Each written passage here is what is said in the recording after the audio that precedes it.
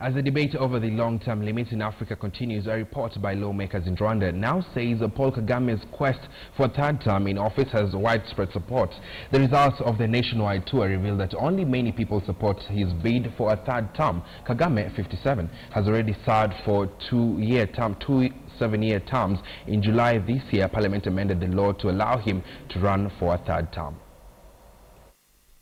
The writing may already have been on the wall when more than 3.7 million Rwandans signed their names on a petition seeking to have Paul Kagame run again in 2017 for another 7-year term.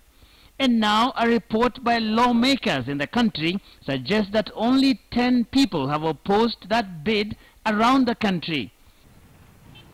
The move comes amid a raging debate in the region about presidential term limits in East Africa and Africa in general. I'm a very popular person. I'm doing the right thing, and I have no apologies to make to Obama or anybody else. And when you see what's happening in Uganda here, every 5 years of those years you are talking about, there is always, Uganda is at a higher level.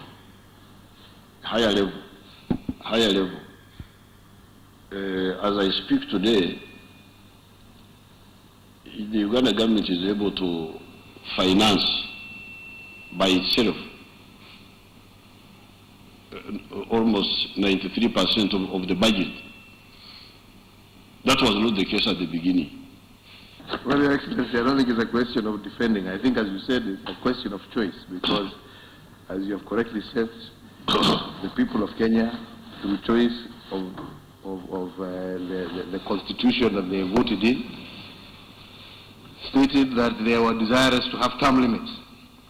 But like I said before in Parliament, the most important thing here is the democratic will of the people. That is the most important aspect.